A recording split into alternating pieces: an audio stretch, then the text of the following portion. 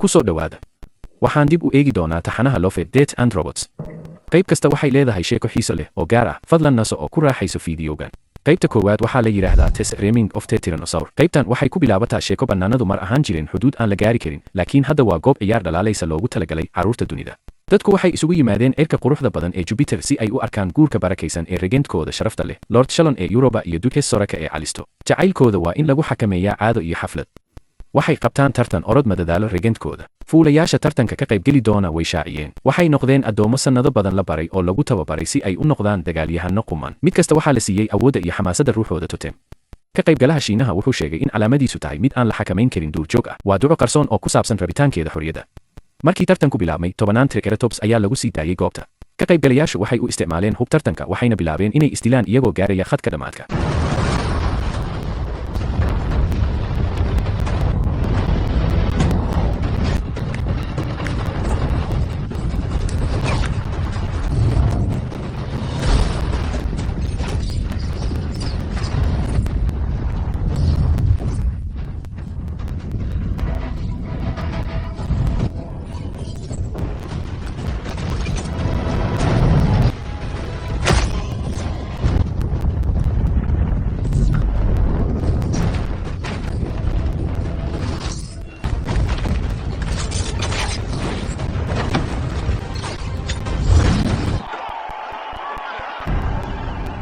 ka qaybgalaha Shiinaha ayaa ku guuleystay tartanka, laakiin hogaamiyaashu ma rabin inay sii daayaan. waxay doonayeen inay caqabado adag sii wadaan. waxay sii daayeen abuurka ugu xun ee dabiiciga ah oo loo yaqaan Tyrannosaur si ay ula dagaalanto ka qaybgalaha Shiinaha si caqli leh. waxay isticmaashay Triceratops si ay ula dagaalanto bahalka.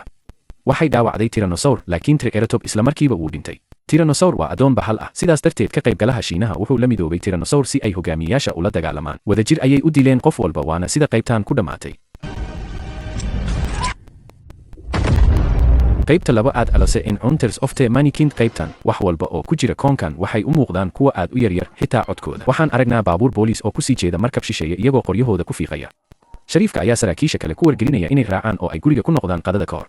boqor shisheeye oo ay weheliyaan 2 addoomo ayaa si lama filaan ah uga soo baxa markabka, isagoo sheegay inay nabad ula yimaadeen aadanaha.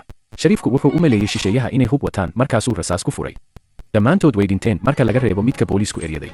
waxay ku rideen rasaas aan la joojin karin shisheeyaha, taasoo sababtay in saraakiisha booliisku si khalad ah isu dilaan maadaama shisheeyuhu ka leexday dhammaan xabadaha. shariifka oo ah kan keliya ee ka badbaaday ayaa ku booday shisheeyaha oo ku dilay isagoo madaxa kaga dhuftay qori, laakiin wuxuu isna ku dhacay xabad. laakiin tani ma dhammaanin maadaama xaaladdu ay ka sii dartay. waxaan maqalnaa qaylo digniin ah oo ka timaada markabka. muuqaalka wuxuu naga fogeeyaa dhulka, halkaas oo aan ku aragno malaayiin markabyo shisheeye ah oo ku soo socda. beeralaydu subaxdii ayuu toosaa si uu u qabto hawlihiisa caadiga ah sida dhunkashada siciisa iyo soo saarka caanaha. in lodiisa la dhunkado waxay ahayd caadi, caanaha lodana si toos ah loo cabi jiray.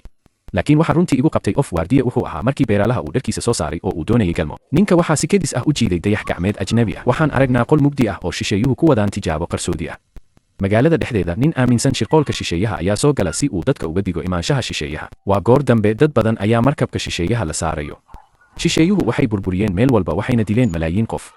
dadka noolaa waxay go'aansadeen inay iska caabiyaan. qaar dadka ayaa ku guuleystay inay helaan hubka shisheeyaha, taasoo fududaysay inay shisheeyaha ka saaraan dhulka. markii ay dowladda Mareykanka khudbad jeedinaysay, Tribord weyn oo shisheeye ah ayaa soo muuqday oo dilay madaxweynaha isla markaana baabi'iyey dadkii hal qarax keliya. Tribordkii shisheeyaha ayaa magaalada xukumayay maalmo, burburiyeyna wax walba oo uu arkay, laakiin aadanuhu ugu dambeyn waxay heleen hab ay ku soo ridaan. markii ay guuleysteen, qof walba wuxuu bilaabay inuu ururiyo qaybaha mashiinka Tribordka si ay hub uga samaystaan. waxay ku eriyeen shisheeyaha mar kale. dadku waxay go'aansadeen inay isku daraan hubka shisheeyaha si ay u sameeyaan mid weyn, laakiin taasi waxay si lama filaan ah u abuurtay god madow weyn oo liqay magaalada, dhulka iyo meerayaasha kale oo dhan. sidaas ayay qaybtan ku dhammaatay.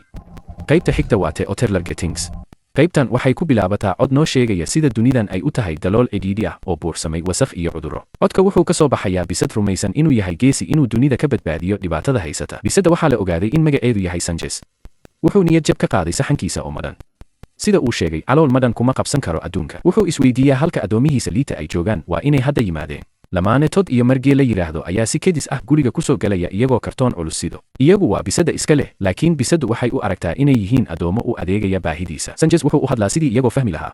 waxa uu sheegay in uu beerka si toos ah uga dhammayn doono feerahooda si ay digniin ugu gudbiyaan kuwa kale ee diidan. kadib wuxuu is yiraahdaa waa inay cunto siiyaan, laakiin naftiisa ayuu la hadlayaa maadaama aysan fahmin. Todd iyo Margie waxay muujiyaan waxa ay guriga keeneen, waana robot. waxay kaarka deynta saaraan robotka. lamaanaha aad bay ugu faraxsan yihiin inay arkaan shaqaynaya. Sanchez wuxuu u arkaa robotka sida ilmo caag ah isagoo isku dayaya inuu u dhowaado robotka ayaa si lama filaan ah u falanqeeya bisada oo dhiga meesha ku habboon. Sanchez wuxuu ka niyad jabay sida uu si fudud ugu jabin karo ilmaha caaga ah laga yaabee inuu daciifay cuntada oo yar awgeed. Todd wuxuu ku yiri robotka inuu qaboojiyaha ka soo bixiyo cabitaan si uu amarkooda u raaco. Waxay cabeen oo dhaladii dhulka ku jabiyeen si robotku u nadiifiyo. Todd wuxuu ku amray robotka inuu dhaqdo weelasha oo casho u diyaariyo iyagoo isdhunkanaya. Markay qolalkooda u dhaqaaqayaan, Sanchez ayaa la yaabay markii robotku weydiiyey haddii uu gaajaysan yahay. Sanchez aad buu ula yaabay in robotku fahmay. Robotku wuxuu sharaxay in markii uu horay ula kulmay uu internetka ka baranayay luuqadiisa. Sanchez robotka wargelinaya inuu gaajaysan yahay cunto u baahan yahay. Robotka markiiba furaya armaajada guriga cunto ku jirto. Waxay tilmaamaysaa heshiiska isticmaalaha inuu xakameeyo waxyaabaha shabakada ku xiran sida albaabada iyo qalabka qufulka. Robotku wuxuu bisada siiya tuuno badan taasoo ka farxisa. Sanchez wuxuu weydiiyaa halka laga heli karo tuuno kale. Robotsku wuxuu ku jawaabay inuu dalban karo maadaama heshiiska isticmaalka uu ogolaanayo isticmaalka kaarka deynta ee Todd. Sanchez ma fahmin laakiin ku ammaanay robotka shaqadiisa wanaagsan oo go'aansaday inuu abaalmariyo. Wuxuu doonayaa inuu robotka magac u bixiyo, laakiin robotka ayaa sheegaya inuu magac leeyahay oo uu tirooyin ku sheegayo. Sanchez wuxuu u arkaa magac xun, wuxuuna leeyahay magac ka fiican, markaasuu siiyey magac cusub oo ah Tom Bringer. Robotka ayaa uga mahadcelinaya Sanchez maadaama uu jecel yahay magacan. Sanchez wuxuu u sheegayaa Tom Bringer in Sanchez uusan magaciisa dhabta ah. Wuxuu ogol yahay in labada makhluuq ee waaweyn oo keliya ay ugu yeeraan magacaas, laakiin ma mudna inay ogaadaan magaciisa dhabta ah.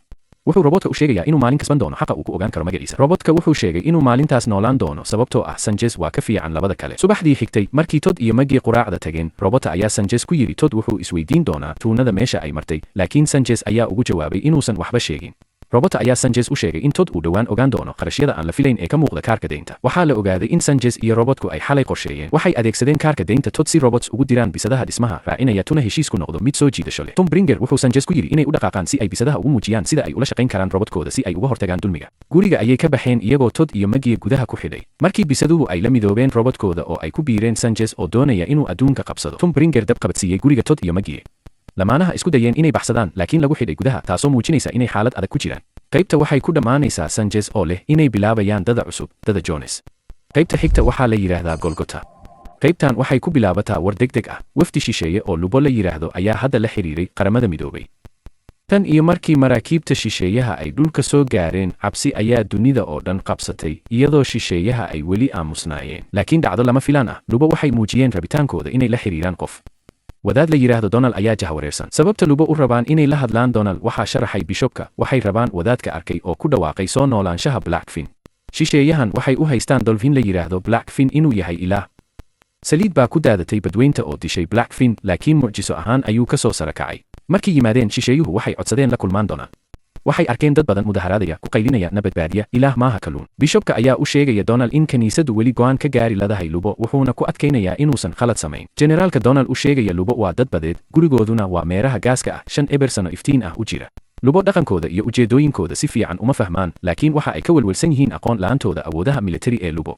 Generaalka wuxuu rabaa in Donald uu si taxadar leh ula hadlo Lubo si aysan dagaal ula gelin shisheeyaha. Markii Donald uu u dhowaado badda, wuxuu qayliyaa sida uu ku ogaan doono in Lubo ay imaanayaan. 3 lugood oo weyn ayaa si lama filaan ah uga soo baxa irka waxaana ka soo baxa Lubo. Lubo wuxuu salaamaa aabaha Donald wuxuuna weydiiyaa inuu la socdo. Lubo wuxuu weydiiyaa aabaha Donald haddii uu isagu u arko inuu yahay nin diimeed. Aabaha Donald wuxuu u arkaa su'aashan mid aad u yaab leh marka loo eego xirfadiisa. Lubo wuxuu weydiiyey haddii uu arkay soo noolaanshaha Blackfin. Aabaha Donald wuxuu sheegay in buugaagtu sidaas ugu yeeraan, laakiin kaniisadu aragti kale qabto. Blackfin ka soo baxa badda waxaana la ogaadaa inuu yahay Dolphin. Lubo wuxuu wadaadka ku amraa inuu masiixa jilba joogsado. Blackfin fariin u gudbiyaa Lubo kadibna wuu tagaa.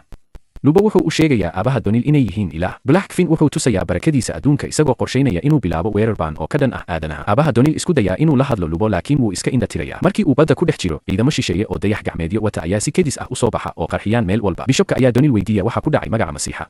Donald wuxuu ku jawaabaa inay khaldamayeen, taasna waa sida qaybtaas ku dhamaatay. Qaybta xigta Antstop. Qaybtan waxay ku bilaabataa sacab iyo sawaxan weyn oo ka imaanaya dad badan oo aad u faraxsan. Waxaana loo muujiyey in sababtu tahay koox muusig. Hogaamiyaha ayaa soo baxa si uu u heeso halka xubnaha kooxdiisa ay ciyaarayaan qalabkooda. Heestu waxay ahayd mid aad u wanaagsan waxaana iska cad in kartidooda weyn ay dadka magaalada ku waalan yihiin. Animationkan waxaan aragnay wax aan caadi ahayn. Dadka waxay u ekaayeen boombale la xakamaynayo. Dumarka qaar ee dadweynaha ayaa kooxda tusaya qaawanaantooda, qaarna xitaa suuxaan maxaa yeelay ma xamili karaan farxadda waalan. Animationkan waa mid yaab leh oo isla markaasna qurux badan. Dadku waxay shitaan shumacyadooda iyagoo ku raaxaysanaya heeso shucuur leh. Waana sida qaybtaas ku dhamaatay.